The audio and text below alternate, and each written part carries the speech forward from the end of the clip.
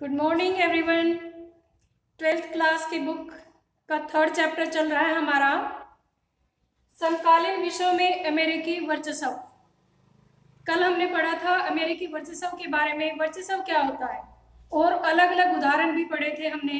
America की तरफ से संयुक्त राष्ट्र संघ के तत्वाधान में बहुत सारे ऑपरेशन चलाए गए, जैसे प्रथम खाड़ी युद्ध, ऑपरेशन डेजर्ट स्टॉर्म।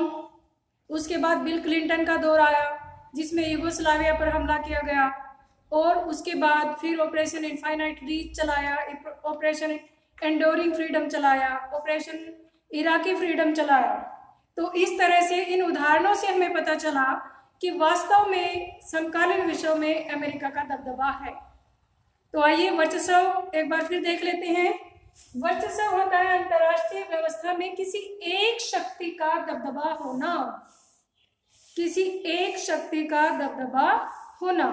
तो आज हमने पढ़ने हैं कि अमेरिका का अलग अलग क्षेत्रों में किस प्रकार पूरे विश्व पर दबदबा बना हुआ है। दूसरे विश्व युद्ध के बाद शीत युद्ध शुरू हुआ। शीत युद्ध के खत्म होने पे सोवियत संघ का विघटन हुआ। उसके बाद से विश्व में अमेरिका का दबदबा है, अमेरिका का वर्चस्व अभी भी बना हुआ है। तो इसके हम 3 पक्ष पढ़ेंगे। पहला पक्ष है सैन्य शक्ति के रूप में, दूसरा पक्ष हमने पढ़ना है ढांचागत ताकत के अर्थ में, और तीसरा पक्ष हमने पढ़ना है इसमें सांस्कृतिक अर्थ में पढ़ना है। तो आइए शुरुआत करते हैं सैन्य शक्ति के रूप में।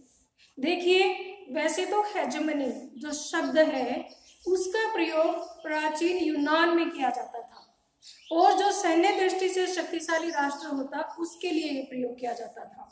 जैसे प्राचीन यूनान में एथेंस के लिए इस शक्ति का प्रयोग किया जाता था, लेकिन आधुनिक समय में अगर हम देखें तो हेजेमनी शब्द का प्रयोग किया जाता है अमेरिका के लिए।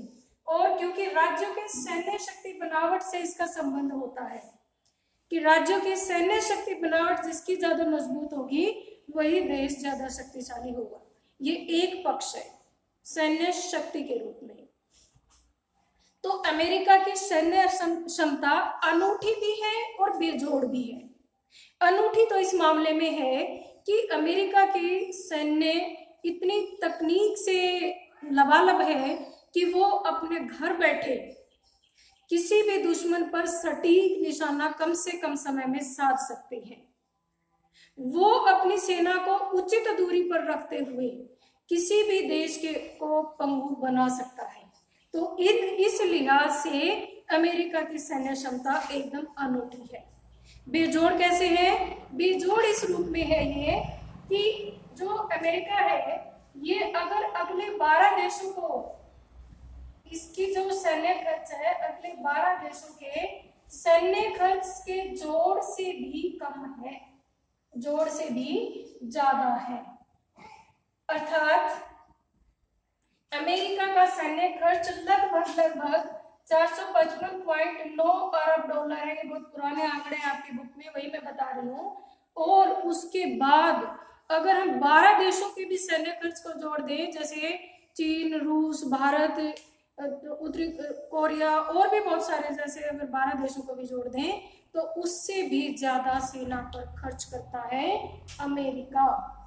तो इसलिए हिसाब से अमेरिका की सैन्य ताकत बेजोड़ है, और विश्व में कोई भी ऐसा देश नहीं है जो अकेला अमेरिका की सैन्य ताकत से टक्कर ले सके। ये न सिर्फ खर्च करता है बल्कि तकनीक के मामले में भी बाकी देश इसके पासंग में भी नहीं है। तो इस तरह से अमेरिका ने सैन्य ताकत के रूप में अपना दबदबा बनाया हुआ है। नेक्स्ट पॉइंट हमारा आता है, तो इसमें और हम उदाहरण देखते हैं अगर कि सैन्य दबदबा तो बनाया हुआ है, ठीक बात है। जैसे हमने कल पढ़ा था operation Iraqi freedom. Operation Iraqi freedom 2003 में अमेरिका के द्वारा हमला किया गया था इराक पर, लेकिन वहां पर इराक में जो अमेरिकी सेना थी वो सफल नहीं हो पाई। नुकसान तो उन्होंने का बहुत ज्यादा कर दिया, लगभग 5 लाख के करीब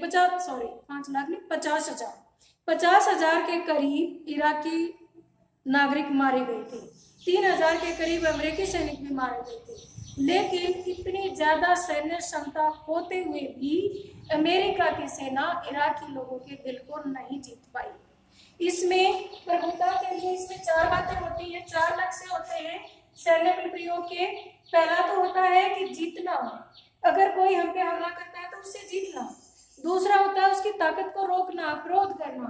तीसरा है उसे दंड देना, और चौथा है वहां पर कानून व्यवस्था बहाल करना।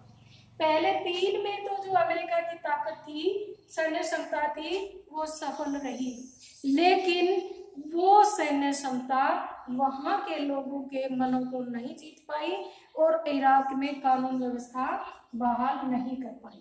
इसका मतलब सैन्य शक्ति से शक्तिशाली होना सिर्फ एक पक्ष में शक्तिशाली होना वर्चस्व की निशानी नहीं है।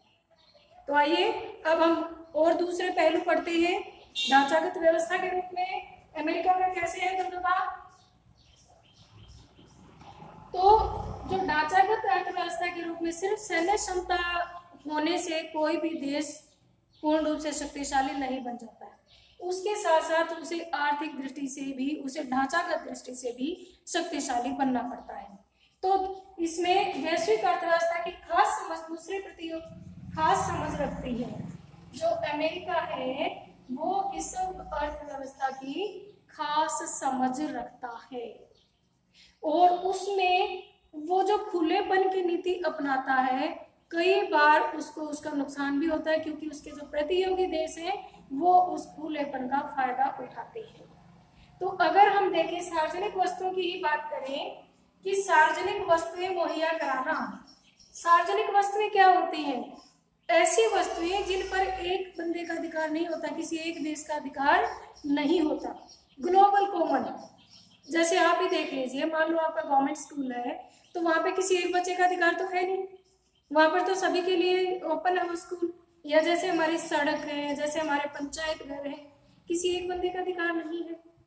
जैसे हमारी शामलात जमीन है, जैसे हमारे और भी बहुत सारे सार्वजनिक स्थान हैं, तो उन्हें हम कहते हैं जिस सार्वजनिक वस्तुएं वो होती हैं जो किसी एक बंदे के इस्तेमाल करने के बाद भी दूसरों के लिए बची रही, यानी जिस पर किसी एक देश का अधिकार ना हो।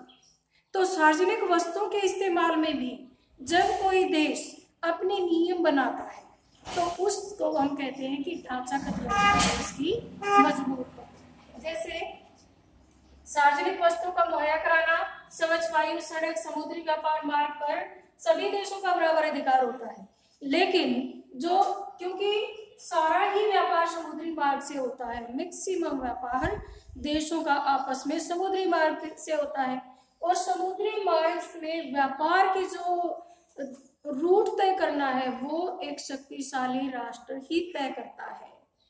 जैसे दूसरे विश्व युद्ध से पहले ब्रिटेन ऐसा शक्तिशाली राष्ट्र था जो सभी व्यापारिक रूटों को तय करता था, लेकिन आज के दिन अगर हम देखें तो स्लोस के ऊपर किसका अधिकार है?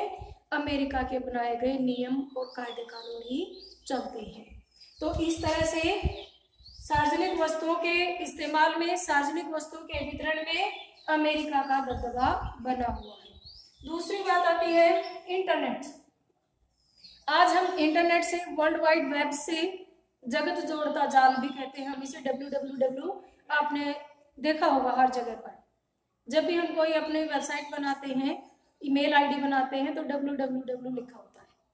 तो इस तरह से जो इंटरनेट है उसका भी चलन सर्वप्रथम अमेरिकी सेना ने ही किया था, और आप 1950 के आसपास अमेरिका में इंटरनेट का चलन शुरू हो गया था। और आप अवश्य ही जानते होंगे कि इंटरनेट उपग्रह के माध्यम से चलता है, और विश्व में ज़्यादा से ज़्यादा उपग्रह जो इंटरनेट को चलाते हैं वो अमेरिका के द्वारा ही स्थापित किए गए हैं। तो यहाँ भी अमेरिका का ढांचागत व्यवस्था में काफी दबदबा है। आगे पॉइंट आता है हमारा विश्व अर्थव्यवस्था में हिस्सेदारी। विश्व की अर्थव्यवस्था की अगर हम बात करें तो 28% विश्व के व्यापार में, 28% विश्व की अर्थव्यवस्था में अमेरिका का हाथ है। अगर हम वर्ल्ड बैंक, विश्व मुद्रा कोष की बात करें तो उसमें सबसे ज्यादा धन देने वाला देश अमेरिका है, और इस वजह से उस धन के इस्तेमाल में भी अमेरिका से पूछा जाता है। हालांकि वो अंतरराष्ट्रीय संस्थाएं हैं, सभी के लिए बराबर है, लेकिन अमेरिका उनमें सबसे ज्यादा उनमें अपना पैसा लगाता है, तो इसलिए अमेरिका का उन व्यवस्थाओं में भी दबदबा है। फिर दूसरी बात है कुल व्यापार का। अगर हम यूरोपीय संघ के व्यापार को भी अलग से जोड़ दें तो भी कुल व्यापार का 15% अमेरिका के माध्यम से होता है। विश्व के कुल व्यापार का 15% अमेरिका के माध्यम से होता है, और विश्व की कोई भी 3 कंपनियां ऐसी नहीं है जिनमें से एक अमेरिका की ना हो, यानी विश्व की 3 कंपनियों में से कोई ना कोई एक कंपनी का संबंध अवश्य ही अमेरिका से होता है। तो यहाँ भी हम देख पा रहे हैं कि अमेरिका का ढांचागत विश्व अर्थव्यवस्था में भी अमेरिका का दबदबा है। नेक्स्ट पॉइंट आता है ब्रेटन वुड प्रणाली। ब्रेटन वुड प्रणाली होती है व्यापार हेतु नियम व उपनियम निर्धारित करना। ब्रेटन वुड प्रणाली कई बार 1 नंबर में अलग से पूछ लिया जाता है। व्यापार हेतु नियम व उपनियम निर्धारित करना होता है ब्रेटन वुड प्रणाली। व्यापार के नियम व उपनियम निर्धारित करना। वैसे तो ये अंतरराष्ट्रीय स्तर पर निर्धारित होते हैं, सभी से पूछा जाना चाहिए, लेकिन आप अगर मानो तो आज के दिन जो अमेरिका है उसी का अंतरराष्ट्रीय मुद्रा कोष और विश्व व्यापार संगठन पर, अंतरराष्ट्रीय मुद्रा कोष पर सभी के ऊपर आज अमेरिका का ही दबदबा है। अमेरिका ही ब्रेटन वुड प्रणाली का कर्ता धर्ता है। नेक्स्ट पॉइंट आता है हमारा एमबीए की डिग्री। जैसे आपको पता होगा कि आज के दिन एमबीए यानी बिजनेस जो हम करते हैं, मास्टर इन बिजनेस स्टडीज, तो इसमें ज़्यादा से ज़्यादा सभी देशों में यह एक सम्मानित डिग्री है आज के दिन, और इसकी शुरुआत हुई थी यूनिवर्सिटी ऑफ पेंसिल्वेनिया के वॉर्टन स्कूल से इसकी शुरुआत मानी जाती है। यूनिवर्सिटी ऑफ पेंसिल्वेनिया के वॉर्टन स्कूल से इसकी शुरुआत मानी जाती है, और इसकी शुरुआत हुई थी 1981 में। जो बिजनेस स्कूल है उसकी शुरुआत 1881 में हुई थी, 1881 में हुई थी। 125 साल से भी ज्यादा हो गए हैं। तो इसकी यूनिवर्सिटी ऑफ पेंसिल्वेनिया जो अमेरिका की एक यूनिवर्सिटी है, उसमें वॉर्टन स्कूल ऑफ बिजनेस की जो सबसे पहले शुरू हुआ था 1881 में अमेरिका में हुआ था, और उसके बाद 1900 में वहां पर एमबीए की डिग्री शुरू हो गई थी, और बाकी देशों में तो ये लगभग 1950 के आसपास शुरू हुई है। अमेरिका में तो 50 साल पहले से वहां पर बिजनेस के कोर्सेज कराए जाते रहे हैं। और आपने शुरुआत में जाबू का उदाहरण भी मैंने आपको पढ़ाया था कि जाबू पेंटर बनना चाहता है, लेकिन उसके पेरेंट्स चाहते हैं कि एमबीए कर ले, यानी कि एमबीए की इतनी प्रचलित डिग्री का शुभारंभ भी अमेरिका से हुआ था। वॉर्टन स्कूल से हुआ था, 1881 में स्कूल खुला था, और यहाँ पर एमबीए 1900 में शुरू हो गई थी। तो यहाँ तक हमने पढ़ा अमेरिका का ढांचागत ताकत के रूप में अमेरिका का वर्चस्व। तो पहली बात तो हम बताएंगे कि वैश्विक अर्थव्यवस्था में अमेरिका की खासी समझ है। दूसरी बात इसमें बताएंगे कि इसने जो सार्वजनिक वस्तुएं हैं उनके ऊपर भी नियम जो निर्धारित करने हैं, सीलियन एरिया के ऊपर जो नियम निर्धारित करने हैं वो सारे भी अमेरिका के द्वारा ही निर्धारित किए जाते हैं। फिर विश्व की अर्थव्यवस्था में 28% उसका भाग है, कुल व्यापार का 15% अमेरिका से होता है, और 3 में से कोई ना कोई एक कंपनी अवश्य ही अमेरिका से संबंधित है। और आगे अगर हम बात करते हैं ब्रेटन वुड प्रणाली, व्यापार के लिए जो नियम और कायदे कानून बनाए जाते हैं उसमें भी अमेरिका के द्वारा ही बनाए जाते हैं, अमेरिका का हस्तक्षेप उसमें होता है। तो आई होप अंडरस्टूड। और बाकी फिर एमबीए की डिग्री के बारे में आपने पढ़ा है, समझ गए? ओके, चलिए फिर आगे हम पढ़ रहे हैं सांस्कृतिक अर्थ में। सांस्कृतिक अर्थ में सिर्फ सैन्य प्रभुत्व होना या ढांचागत प्रभुत्व होना काफी नहीं है। सबसे ज्यादा जो शक्तिशाली हथियार होता है किसी की संस्कृति को प्रभावित करना। संस्कृति को प्रभावित करने का मतलब है कि मैं जो काम कर रही हूं उससे और लोग प्रभावित करके उसे फॉलो करें, वो मन से चाहें, यानी कि ऐसा प्रभुत्व जिसमें दूसरे देशों के लोग उनके खान पान को, उनके रहन सहन को, उनके बोलचाल को, उसके पहनावे को इस्तेमाल करने लगे, अपने दैनिक जीवन में उसे पसंद करने लगे, तो उस तरह के प्रभुत्व को हम कहेंगे सांस्कृतिक प्रभुत्व। जैसे कि सामाजिक, राजनीतिक और विचारधारा के धरातल पर किसी वर्ग का दबदबा। सांस्कृतिक, सामाजिक और विचारधारा के अर्थ पर, विचारधारा के धरातल पर किसी वर्ग का दबदबा कहलाता है सांस्कृतिक प्रभुत्व। अंडरस्टैंड? जब कोई एक देश के नागरिक दूसरे देश के पहनावे को, उनकी बोलचाल को, उनके खान पान को अपनाने लगते हैं, तो उस क्षेत्र को हम कहते हैं कि वहां पर संस्कृति अमेरिका का दबदबा है। जैसे आज के दिन आपने शुरुआत में आंद्रे के विचार पढ़े होंगे। उसके पेरेंट्स ब्लू जींस वहां पर चर्च में पहने जाने से मना करते हैं, क्योंकि ब्लू जींस फ्रीडम का प्रतीक है, खुलेपन का प्रतीक है।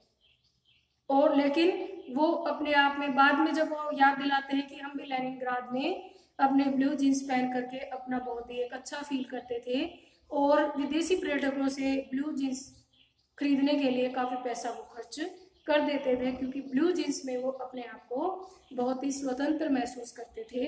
तो इसका मतलब सांस्कृतिक रूप से पहनावे में अमेरिका का दबदबा है। तो आगे बात आती है कि दुनिया के अधिकांश लोगों और समाजों के जो सपने हैं वे सब 20वीं सदी की अमेरिका के प्रतिबिंब है। वो अमेरिका में जो प्रचलित जो व्यवहार बर्ताव था उसके प्रतिबिंब है। इससे सीधा सीधा मतलब ये निकलता है कि आज के दिन सांस्कृतिक वर्चस्व भी अमेरिका का सभी देशों पर हावी होता नजर आ रहा है। अंडरस्टैंड? तो ये 3 अर्थ में हमने अमेरिकी वर्चस्व के बारे में पढ़ा। तीसरा अर्थ अपने आप में बहुत ज्यादा महत्वपूर्ण है, क्योंकि अगर आप किसी के दिलो दिमाग पर अपना कब्जा कर लेते हो तो उससे निकलना बहुत ही मुश्किल होता है। ओके, तो आइए आगे हम पढ़ते हैं कि अमेरिका के सामने अवरोध क्या क्या है। अमेरिका, अब तक हमने यही चर्चा की है, अमेरिका बहुत शक्तिशाली है, सभी दृष्टि से शक्तिशाली है, सभी देश इसका दबदबा मानते भी है। हमने ढांचागत में भी पढ़ा, सैन्य में भी पढ़ा, सांस्कृतिक वर्चस्व में भी पढ़ा। तो क्या अमेरिका के ऊपर कोई अवरोध नहीं है?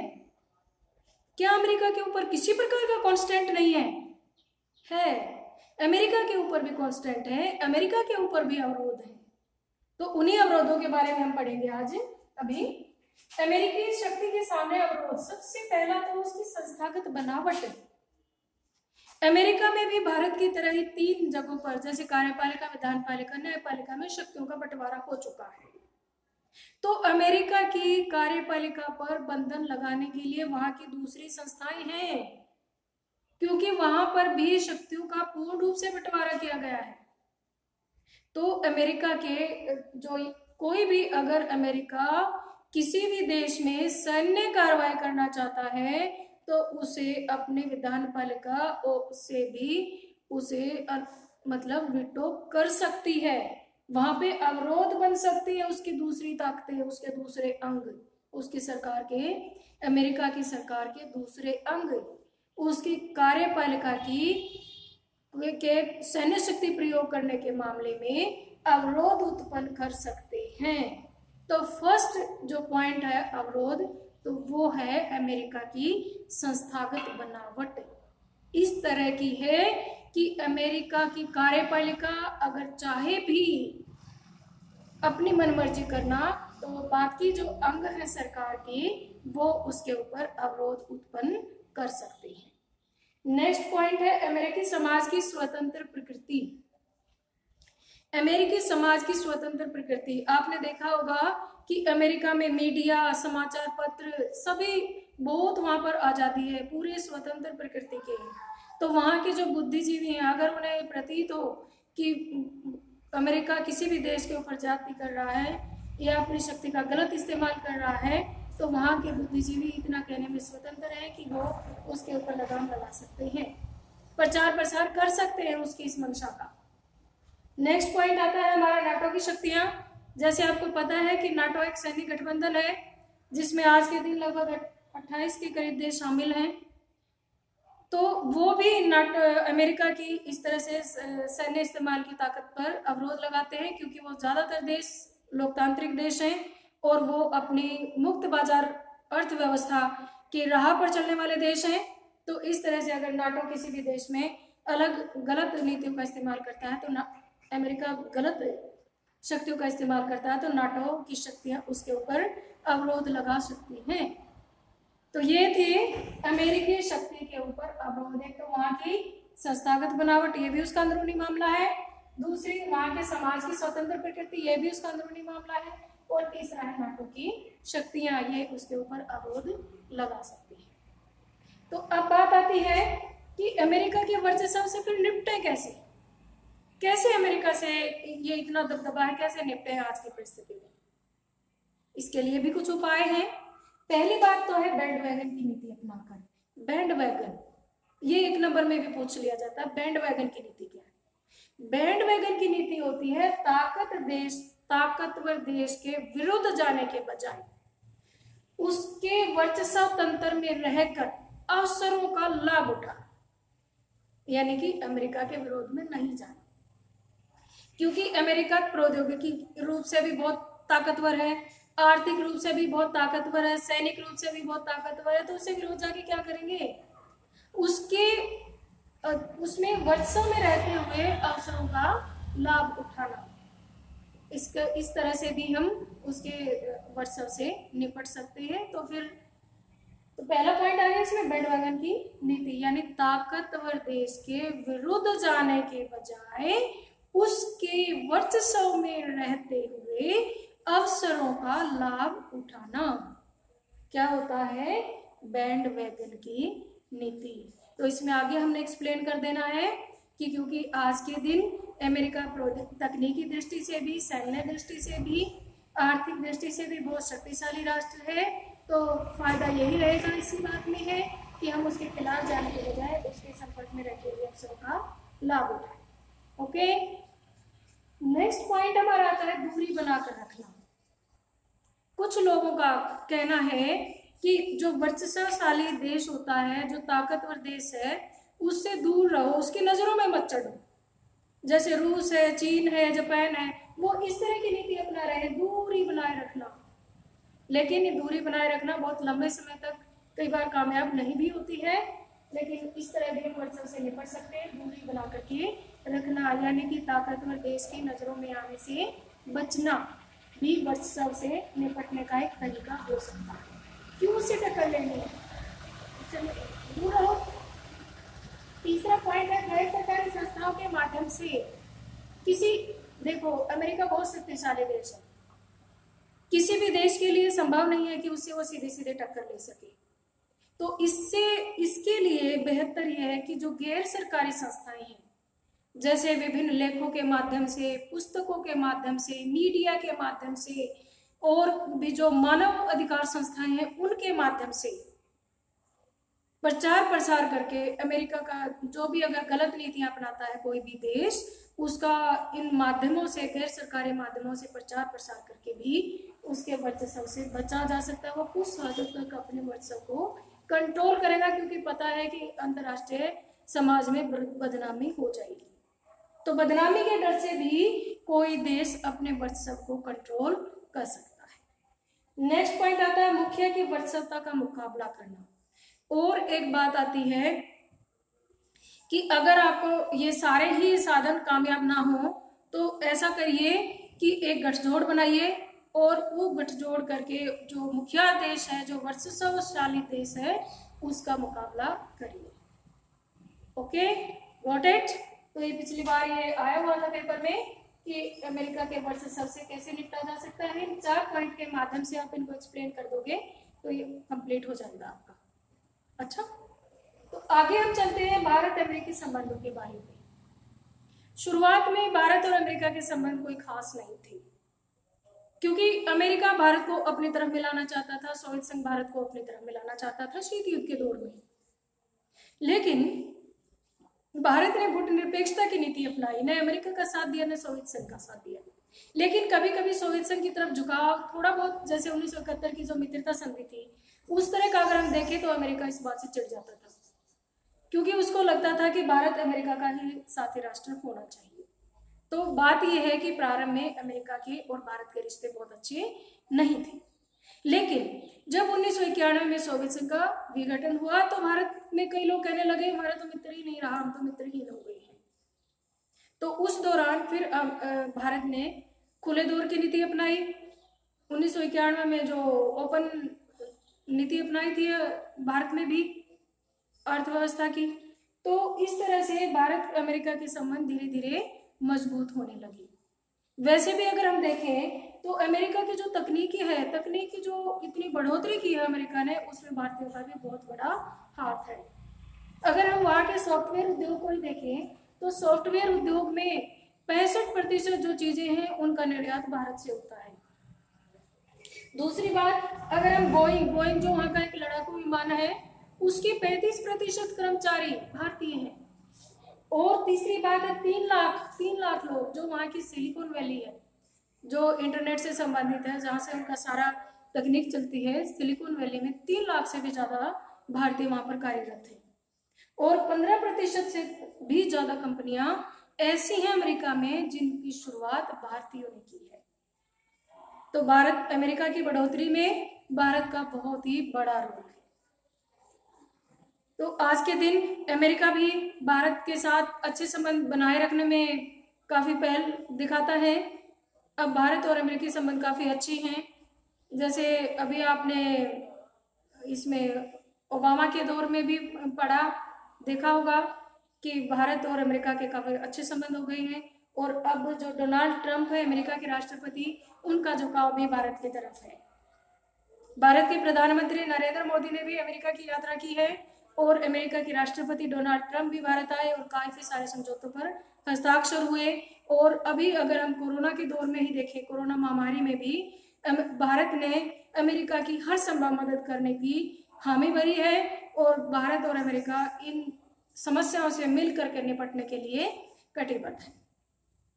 तो अब कई तरह की विचारधाराएं आती हैं, कई तरह की रणनीतियां हैं कि भारत को इस दौर में किस प्रकार की रणनीति अपनानी चाहिए। कई विचार है, सभी तरह के विचारों को डिस्कस करना है being a political science student समय। तो पहला जो विचार है वो ये है, सैन्य विश्लेषकों का विचार है कि अमेरिका विरोधी विचार है वो। कुछ लोगों का कहना है कि अमेरिका से दूरी बनाए रखनी चाहिए, क्योंकि अमेरिका से दोस्ती का भी कोई खास फायदा नहीं होता। अमेरिका जब उसको फायदा दिखता है तभी तक वो दोस्ती रखता है, उसके बाद वो किसी का भी दोस्त नहीं बन सकता है। तो कुछ लोगों का विचार है कि हमें, सैन्य विश्लेषक का विचार है कि हमें अमेरिका से हमेशा ही दूरी बना कर रखनी चाहिए। दूसरी तरह के विचार वे कहते हैं कि हमें अमेरिका के साथ अच्छे संबंध बनाने चाहिए। वे बेल्ट वेदर की नीति को अपनाने की हमें सलाह देते हैं कि भारत को इस बदलते हुए दौर में अमेरिका के साथ अच्छे संबंध बनाने चाहिए, अमेरिका के संपर्क में रहना चाहिए और वहां से अवसरों का फायदा उठाना चाहिए। और तीसरी सोच वाले लोग भी हैं जो तृतीय विश्व की अगुवाई वाले देश है के विचारधारा वाले लोग हैं। वे कहते हैं कि भारत को अमेरिका से दूर रहते हुए अपना एक अलग से संगठन कायम करना चाहिए अमेरिका की शक्तियों को दरकिनार करने के लिए। तो इस तरह से 3 संभावित रणनीतियां हैं भारत अमेरिकी संबंधों को आगे बढ़ाने के लिए। लेकिन आज के दौर में भारत के साथ कोई भी एक अगर हम रणनीति लेकर के चलेंगे तो काम नहीं बनेगा। तो भारत की भलाई इसी में है कि समय और परिस्थितियों के अनुसार तीनों तरह की रणनीतियों पर काम करें। Okay, now chapter is completed. उम्मीद करती हूँ बहुत अच्छे से समझ में आया होगा आपको। ओके, तो नोट्स बना लीजिए इसके, और जो इम्पोर्टेंट पॉइंट या जो डाटाज मैंने साथ के साथ आपको बताए हैं उनको याद करना है और लिखना भी है। Thank you for watching.